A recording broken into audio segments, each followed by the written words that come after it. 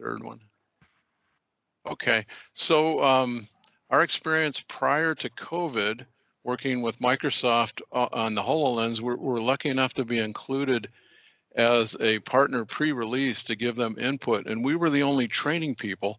They're mostly technology people, brilliant technology people, but they actually got enamored with, well, what do training people do? So instructional design, that's interesting.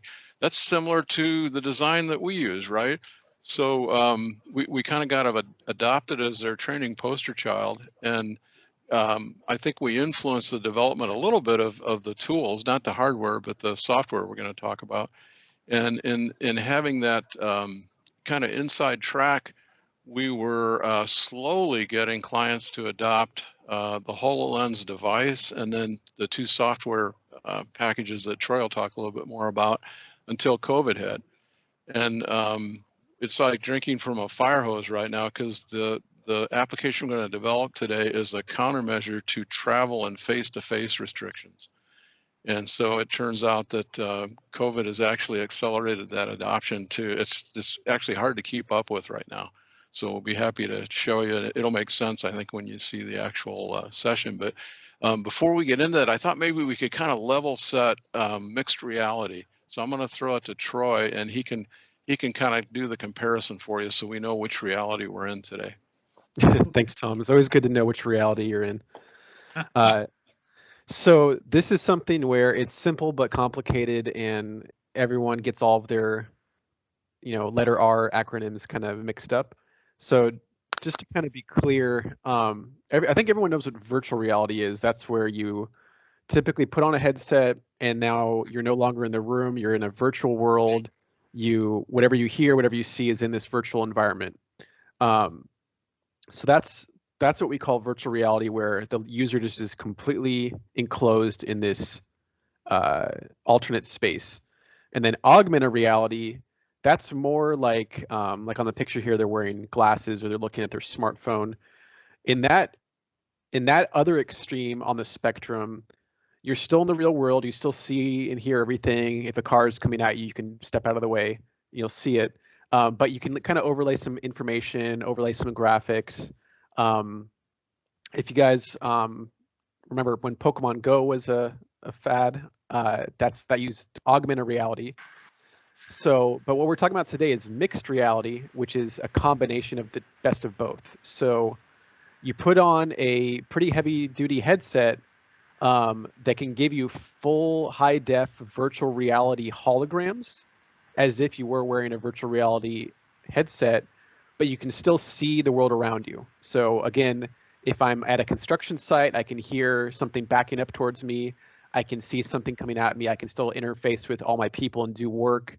But I also can have these high definition holograms. I can have overlays and information pop up in my environment, and I can even walk around those objects, and it kind of tracks where I am and what I'm doing. So it's kind of taking what you imagine virtual reality can do. It's taking what you can imagine augmented reality can do and just merging them together in a way that really, really, in our opinion, lends itself well to on-the-job training and performance. Yep, and if I could chime in, Miller's favorite part of this is your head up, hands free. So you got tools in your hand while it's guiding you, and that's like wow. So, and Tom, feel free to cut me off, but I'll just keep going. oh, please do. So this picture is a little small, but the gentleman in this photo is wearing the HoloLens. So that's the Microsoft product, the headset. And just to make it simple, again, it's basically like you're putting a Windows computer on your head. So it's not just a pair of glasses or a pair of goggles. It's actually a pretty powerful piece of equipment just on its own. We've even got a lot of use out of it just from that, right? So it can take pictures, it can record video, you can access the internet, check your email. So even that alone is really powerful because, again, your hands are free, right? So I can have a tool in each hand. I could be on the job site. Again, I can see and hear everything. I can be working, but I can check an email. I can get a file. I can even record what I'm doing and take pictures. So that's pretty cool. But what we're going to be focusing on today mainly is one of the applications that work on this headset, which is remote assist. And remote assist is where we do a Teams call basically like we're doing now, but instead of sharing a PowerPoint or looking at Brady Bunch pictures of everyone's webcams, we're able to kind of see out the eyes of the person wearing the HoloLens. So that means you can see my hands while I'm holding the tools and while I'm working on the equipment. You can talk to me and guide me through what I'm doing, which is amazing. And then if we have time, we'll also show another application called Guides, which is more of like a instruction set tool. And then another thing just to keep in mind is, again, since this is a powerful computer, you can even do custom stuff. So you can do, you can almost build like games on this thing and do like using Unity and Unreal and build, full-on 3D environments. Yep. So again, there's the HoloLens, which is the hardware, but then there's some applications that it uses. And today we're going to look at remote assist. And here's kind of like a picture of what it looks like. So you have a person, they're working on a piece of equipment and maybe they're new and they encountered an error they've never seen before. So they're able to kind of call in their support via a Teams call, and the support can walk them through what they're doing in real time. They can share files and documentation because it may just be that they need the schematic or they need some plans. You can even load a lot of people onto the call, up to 75 or more, and even just walk a site if that's what you want to do, if you want to kind of do like a survey. And of course, you can record everything for future reference. And we actually have a pretty cool commercial from Microsoft that demos this. I'm going to play it. Let me guys know if you hear it. Do you guys hear the audio? What if there was a way for employees to work together from anywhere when everything is on the line? Employees are the heart of every business. It's their resourcefulness, ingenuity, and drive that get the job done. But even the best employees need help from people who aren't there with them. Now employees on site can work side by side with experts in remote locations. In an instant, they can share what they see, lend a helping hand, walk through the process step by step, helping solve problems in real time.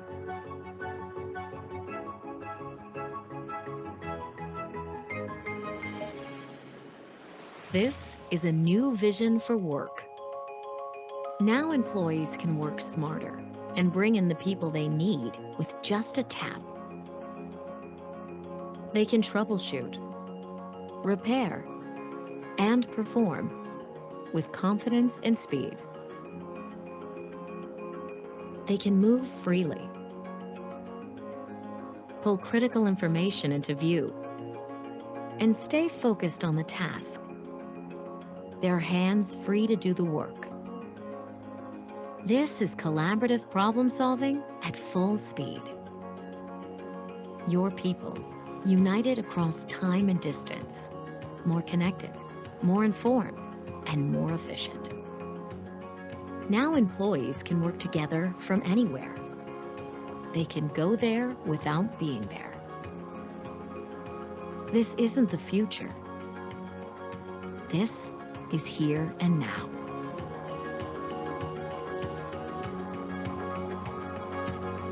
Okay. So I like the line that they said at the very end that this isn't the future, this is the here and now. And then Tom, I'm actually going to pass it back to you to kind of share a couple of use cases of what we've done in the here and now. Yeah, so really quickly, if I can interrupt, I see someone in the chat raise their hand. Was there a question from the group or? Okay, looks like that was just a mistake. Sorry. Go ahead, Tom. No worries, no worries. So, hey, so right at the onset of COVID, our very first use case was Varian. And there's another person in this room, and I also recently had cancer treatment, and that it's a Varian radiation machine that rotates over you, and it was successful, by the way. So we really like Varian. Their problem, though, was when those machines go down, they normally send an engineer out if the local tech can't fix it. So say a machine goes down in Brazil, when that tech goes out or that engineer goes out, they have to be quarantined for 14 days. So for 14 days, there's no cancer treatment. So we got that challenge on a Wednesday. Troy and Nick and team put together training on remote assist, got it done by that Friday, and we trained up all their engineers on using it. Monday, they were out there not having to travel, but enabled them to keep the radiation machines going on. So that really got us excited. And since then, we're working with probably 18 or 20 enterprise clients doing similar things. The best use case we have right now is Mercedes-Benz, and so we'll play the video for you. Mercedes has gone all in with this to because their engineers can't travel out to the dealers safely, so they're using the same tool. And Troy, if you wouldn't mind triggering that video. Yeah.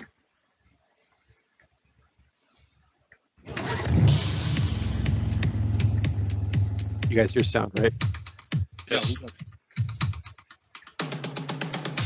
Mercedes-Benz has been around for 140 years, and we always strive to deliver the best technology and the best experience to our consumers. Our technology is advancing how we communicate with our dealers and how we communicate with our technicians. I think the biggest challenge technicians have now is the complexity of vehicles. We deal with hundreds of cars every day. Whenever we need help with a vehicle that we can't figure out, we will get assistance from MBUSA. Sometimes it'll take a while to go back and forth between the case because I can't make it to my computer or they're busy with other cases. Using Dynamics 365 Remote Assist, it's allowing our technicians to be able to service a vast number of dealerships in multiple locations without them having to leave. So we're able to actually cover the country in a much more efficient way, which increases customer satisfaction. The most important thing is efficiency. We can have an engineer from Germany, we can have an engineer in Jacksonville, having all the support in the world combined at the dealership. I could just put it on, get immediate support. They can literally point things out to me as I'm looking at it. They could circle it, they could draw lines. It's hands-on, it's literally right there. I could be talking with him, going through the vehicle in real time. It's very intuitive. It's already a cost savings for us, but it's ultimately a bigger cost savings for the consumer and the dealer. This is probably one of the single most important inventions that I've seen, the HoloLens. And Dynamics 365 Remote Assist has just been a game changer in this business.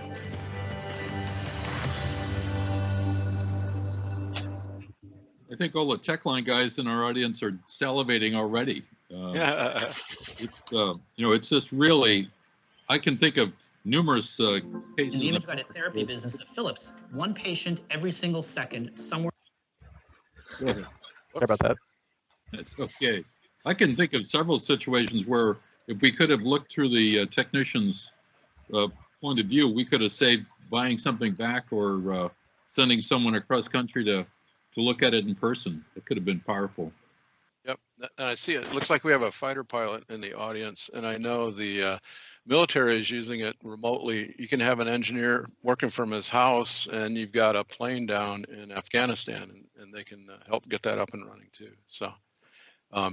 So without further ado, I think we'll... Tom, sorry, yeah. Tom, I just have a question on Mercedes. It's a great example. Really love the example you're showing us. Thank you. How difficult, my question is about in terms of the rollout and making it work at the dealership level, right? Which is what you have done. How difficult is it for you to dispatch and maintain the equipment at the dealership level, given that they might not have the environment that we have in corporate offices? They're out there in the workshop with greasy hands and all of that. So how is that working out in practice to maintain this high level equipment? So it's early days since March, right? Getting the equipment out there.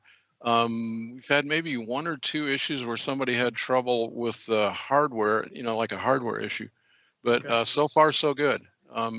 It goes out as a special service tool in a package, and it's to be used when you got a car you can't fix, basically. So that maybe it gets a little bit of extra care from that. It's also being used. The opposite of a dealership is like Intel, Micron. They use it in clean rooms, and so what they call fabs, or factories or fabs. And so these guys are wearing a bunny suit, and they can't even have a hair in that room, and they're using it. So the worry there is, how do we keep this thing clean? Or in a healthcare situation, same type of thing. How do we keep it virus? Yeah.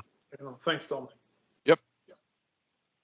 That is a good Any- question though about greasy hands, because yeah, that was my concern too. Is you're working on tools and equipment, then you wipe the sweat off your brow and ruin the the expensive equipment. But it does allow you to wear PPE and gloves and stuff as well. Good. Okay. Yep.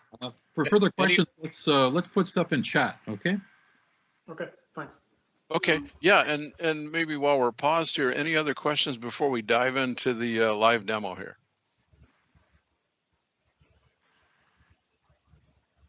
The demo will be a good opportunity to ask more questions as well, because you'll be able to see it actually happening. So, Tom, could you just say something about the level of skill and technology learning required for somebody to build these programs? You know, like a good instructional designer or a trainer.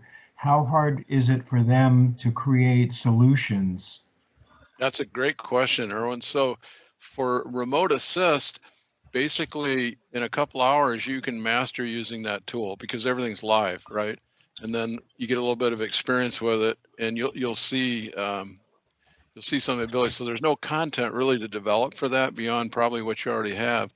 If we have time to get into guides, guides is like Storyline. So if you author for e-learning, guides is very similar to that. You don't have to be a programmer, and you can create mixed reality courses to put on the HoloLens. It's a little bit easier to use than PowerPoint, but we do a workshop, and it does, it takes a few sessions in the workshop. Nick and Troy both teach, so you guys can speak to that. yeah, the idea is if you can build a PowerPoint, you can make a application for the HoloLens that can provide step-by-step instructions with 2D imagery, video, and even 3D holograms if you have assets that can support that.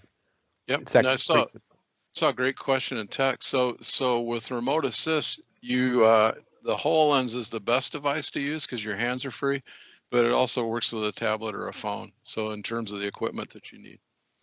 And to clarify on that question from Kathleen a little bit, so with as far as the interaction that the sort of remote expert has in remote assist, they just need to have Teams. So they don't need to have a specific piece of equipment to sort of receive the remote assist signal. Just like I'm about to join this call from remote assist, it's the same kind of capability that you're seeing right now. That's a great segue, Nick. Why don't you jump in? Yeah, I was gonna say, Nick, why don't you just go ahead and boot it up, because okay, a lot of I'm gonna drop off then for just one moment, and I'll rejoin from the headset. Yeah, so Troy and I can take any other questions you might have while he's firing that. Sure. While he's connecting on, we have a question from Jay about difference between Google Glass and Microsoft HoloLens. Do you have any comparables? Well, that was just an article that I came across because I've been tracking both technologies, and I just thought it might be beneficial to folks to see the differences. Sure. So they just discontinued Glass. That's sad. It was one of the first devices out there. Google was targeted on the consumer market, so it's fairly simple. I think a lot of people were creeped out by it. I think that's probably why it didn't make it on the consumer side. So it's a great question. So the difference with the Microsoft device is it's targeted at enterprise, and it is, as Troy said, it's a Windows 10 computer on your head, basically. So you have that processing power, and then it taps into the Azure cloud. So Microsoft's main business these days is everything that they have in the cloud, and they provide the cloud as tools to people like us to develop content, people like you. And you access all of that, and with 5G coming out, that's really going to be a wide bandwidth for it. So it's really a very powerful way to enable live help, and then with because Guides is head up and hands free. Without an instructor, I can teach you how to rebuild a diesel pump, and at the end of that, actually have the skills that you've earned by being guided through that process hands-on. And that's probably the biggest difference. So you could, in a training center, you could cut the training time in half, or you could improve a procedure because this would guide you to do it perfectly every time, or maybe something that you only do every 6 months, right? You went through training 6 months ago and you're trying to remember exactly how do I do this. put on the headset, and boom, it'll guide you through it step by step. So is that a good comparison, Jay? Well, it absolutely is. It was obviously answered with the discontinuation.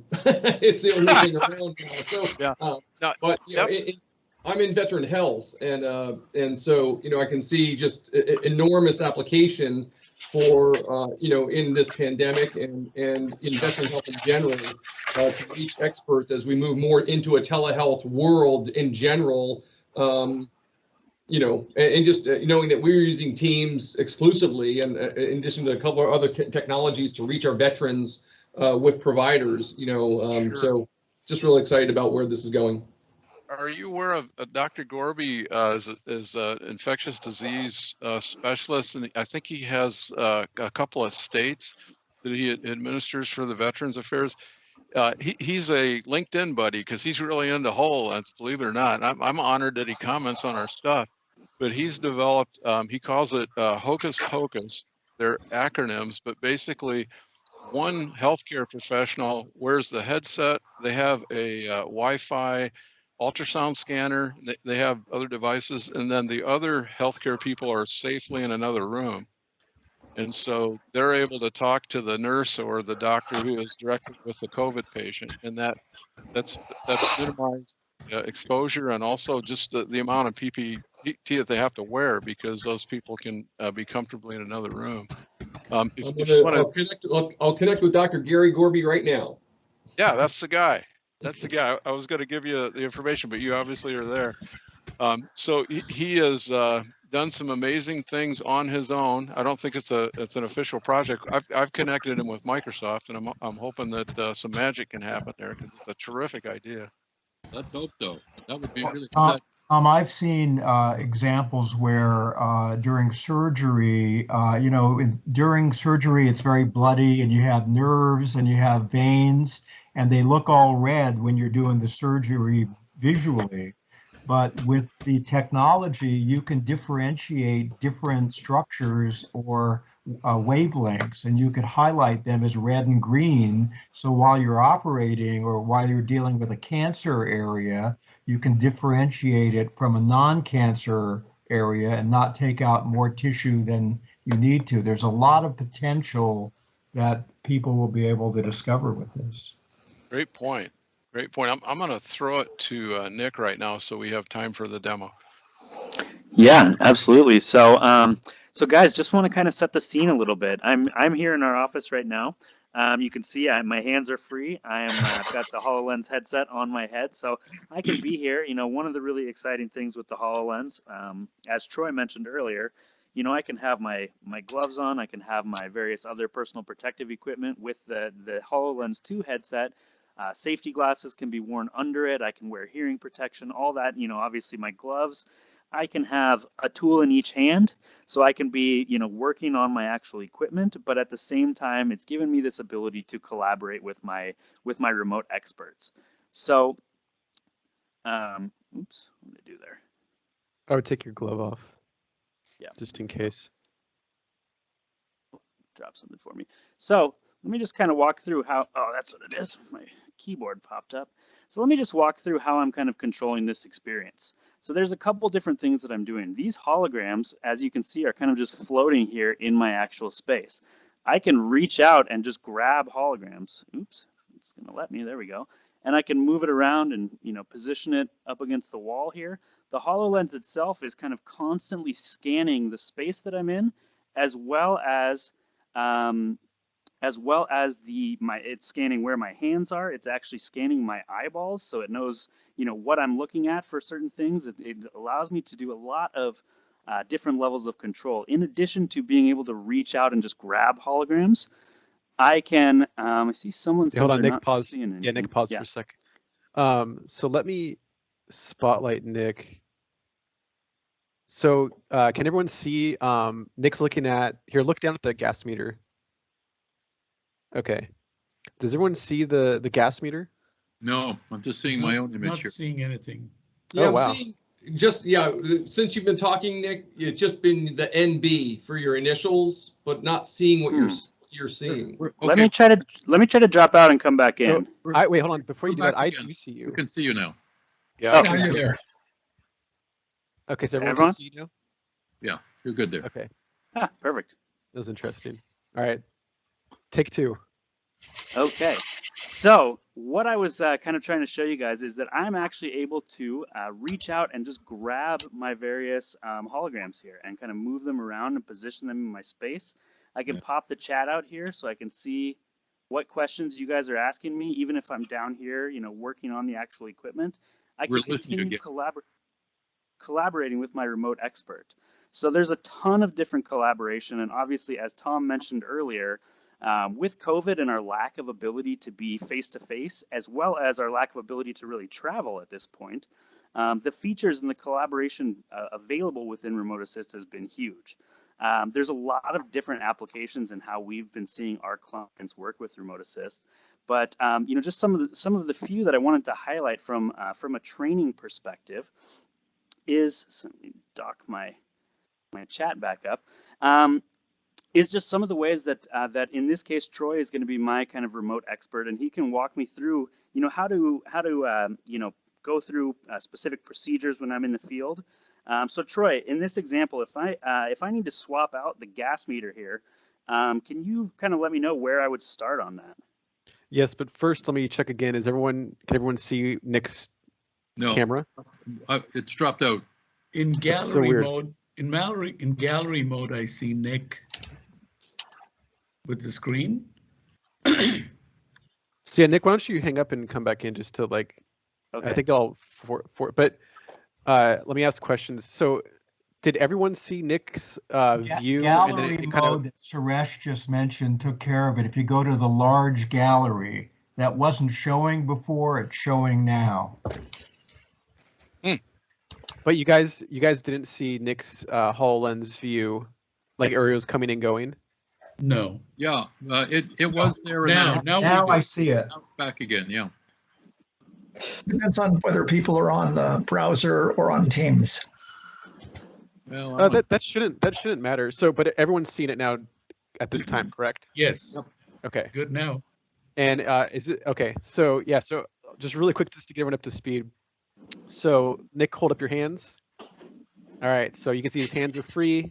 He's sitting at the equipment, and he can even just reach out and grab the holograms with his hand as if it were a physical like piece of paper. And so as you can see, it's really easy just to put the HoloLens on and start working while talking to everybody. So Brilliant. Nick, we can see it now. Cool. So Nick can literally have a tool in each hand while working, and we can all be basically watching over his shoulder while he's working. So we could be his supervisors, monitoring him to make sure he's safe.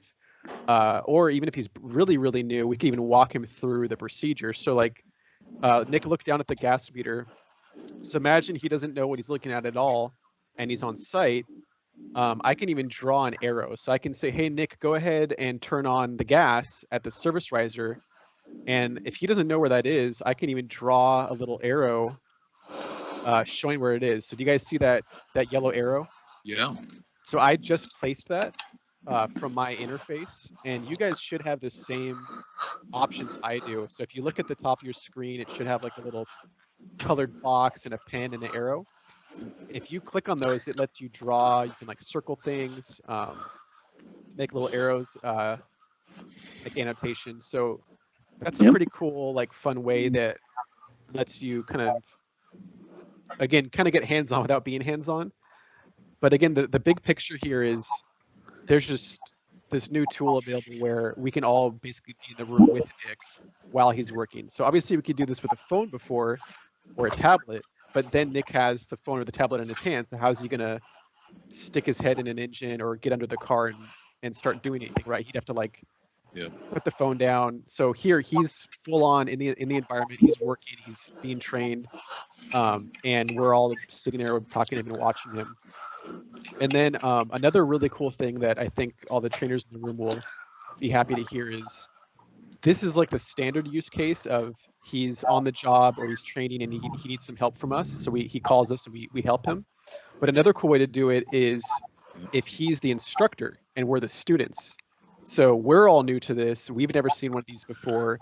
He puts this on, and now instead of doing a Zoom call and showing us pictures or walking us through a PowerPoint, he walks out to the device, puts it on, and we all get patched in, and he can just walk us through the assembly as if we were standing there. So, Troy, let me pause you there. So how many people are doing VILTs? How many people are trying to take their instructor-led training online and they're doing Zoom or some other video feed, right? So this is perhaps something better if anything's hands-on. And one of our clients saw this. He just said, hey, so I see how one person uses it self-paced, but what if we did it backwards?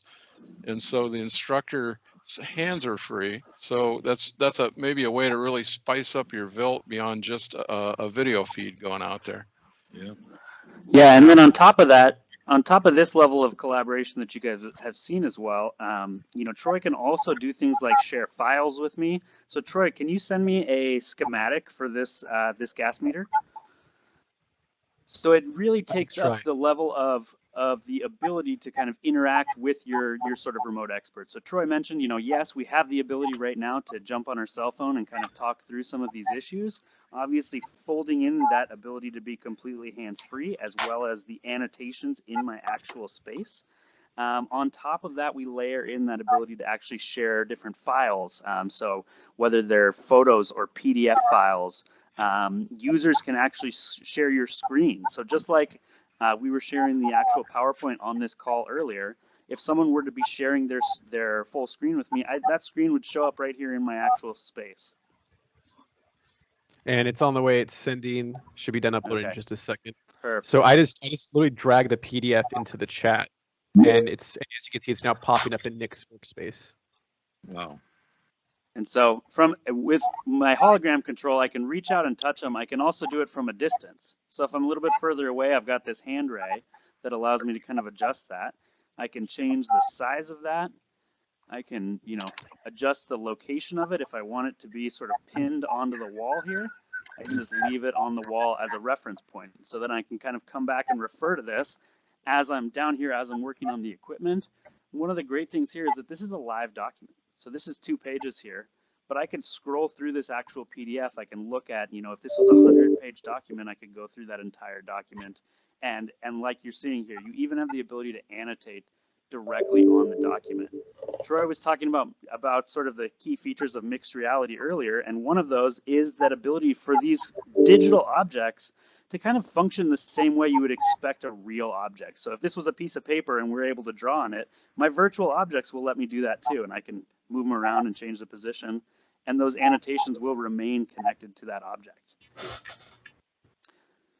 So let me see really quick our time. So yeah, Handful, I also am able to actually access those files directly from my OneDrive as well. So if I don't, you know, if my remote expert doesn't necessarily have what I need, but I maybe have that saved here, I can pull that up and just access those live.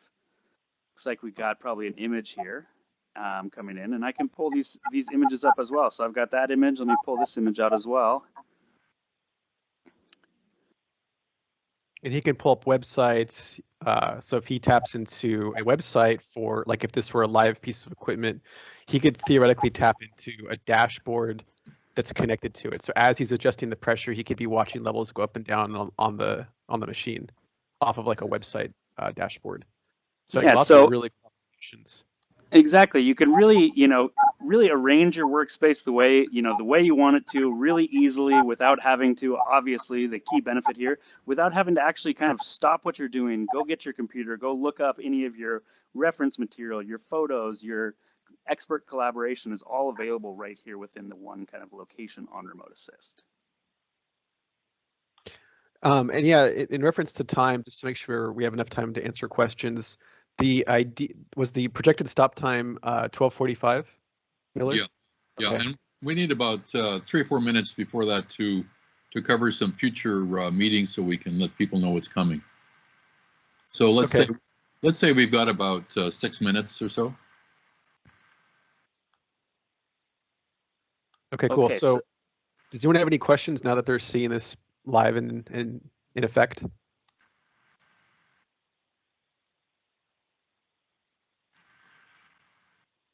The silence is deafening here. I could see so many opportunities here, not just in training, but, you know, tech line support, stuff like that. And I think that Jay is right that telesupport is going to increase. Erwin, I see you have your hand raised. Yeah, could you talk a little bit about the requirements for users in terms of what kind of computer setups they need? Is this an ordinary Windows 10 machine that can do all the little tricks you're doing, or do you need to get a i11 processor? Could you talk about that a little bit? So yeah, I can jump on that. So the headset doesn't require anything special on the other end. So it could just be a PC, it could be a phone, could be a tablet. I want to answer the question that the computer you're using now seems to be working fine because you're on the call with us, right? Yeah. So that's remote assist, but it's a different answer for guides. And it looks like we might be too tight on time to get into guides, but then you'd want to pay more attention to the other hardware that you've got.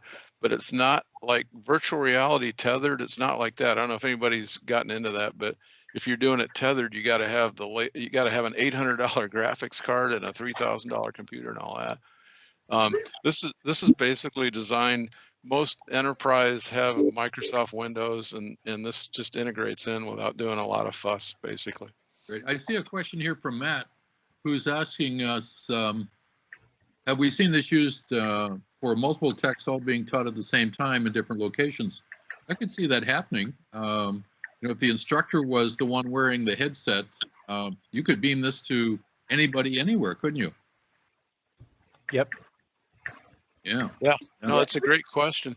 And there's a couple ways to look at that. So this is really simple live video feed, right, with holograms and stuff.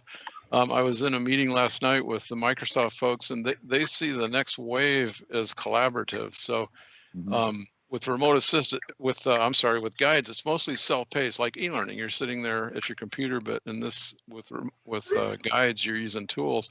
But next step is you got a group of people doing the same thing, but you're in that 3D environment, and so you can do it in a simple way right now with guides, but it'll get even better, and by the end of this year, basically.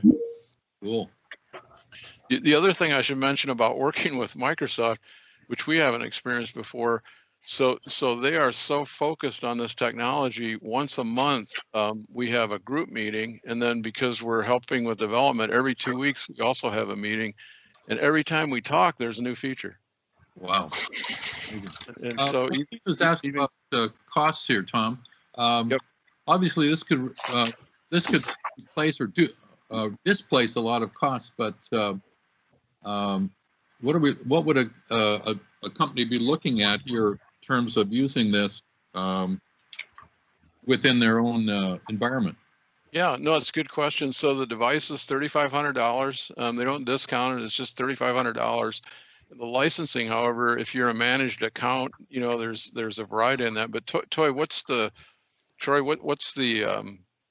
list price for the license? $65 per user per month for each remote assistant guides. Yeah, and it's all you can eat. So right now, Nick has one headset on his head that's $3,500, and he has one license that's $65 per month. And now we're all able to tap in and do this call because of that. So that's like the minimum to do this. Yeah, if you had instructor with a headset and students watching via PC or phone or tablet or whatever, you could have a huge audience without much expense. Yeah, if you're enhancing your virtual instructor training, or VILTs as we like to call them, you can't beat it because you just have the one headset, Miller, to your point. Exactly. Yeah. Okay. I need to cut away here and ask Vincent to talk about our future meetings and our future webinars. Sure. Thanks, Miller. Can you all hear me? Yes. I'll assume that's a yes.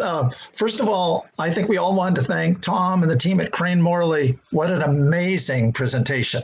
Wow. My mind still has stuff flowing out of it. These are the kind of presentations we're going to have the rest of this year. I don't know if they'll be this good, but at ISPI, we have 3 different types of meetings. We have these Tuesday challenge webinars, like this one, first Tuesday of every month. We have first Friday roundtable meetings, and then we have On the first Friday, also DE&I, diversity, inclusion, and equity meetings. We call them fireside chats. We have 3 meetings a month, all online, as you can see. The other ones will be usually not on the Teams format, but on Zoom. We hope you're able to join us for any and all of them. By the way, if you're a member, just FYI, all the meetings are free. You heard me correctly. All the meetings are free. If you want to attend a onesie or one meeting one at a time, it's a $10 fee, as you know. But then we apply that to membership.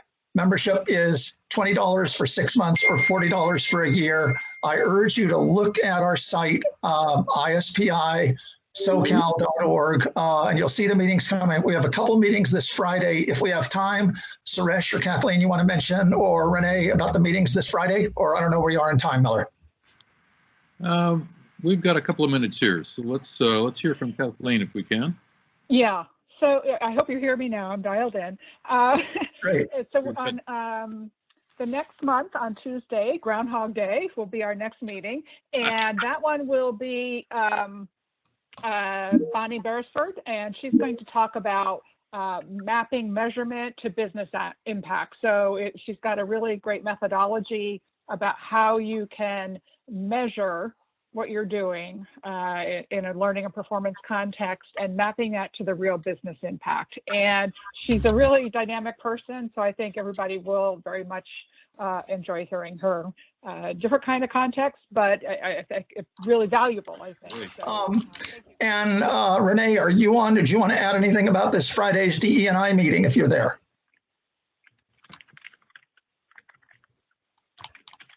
You may be muted. I may be.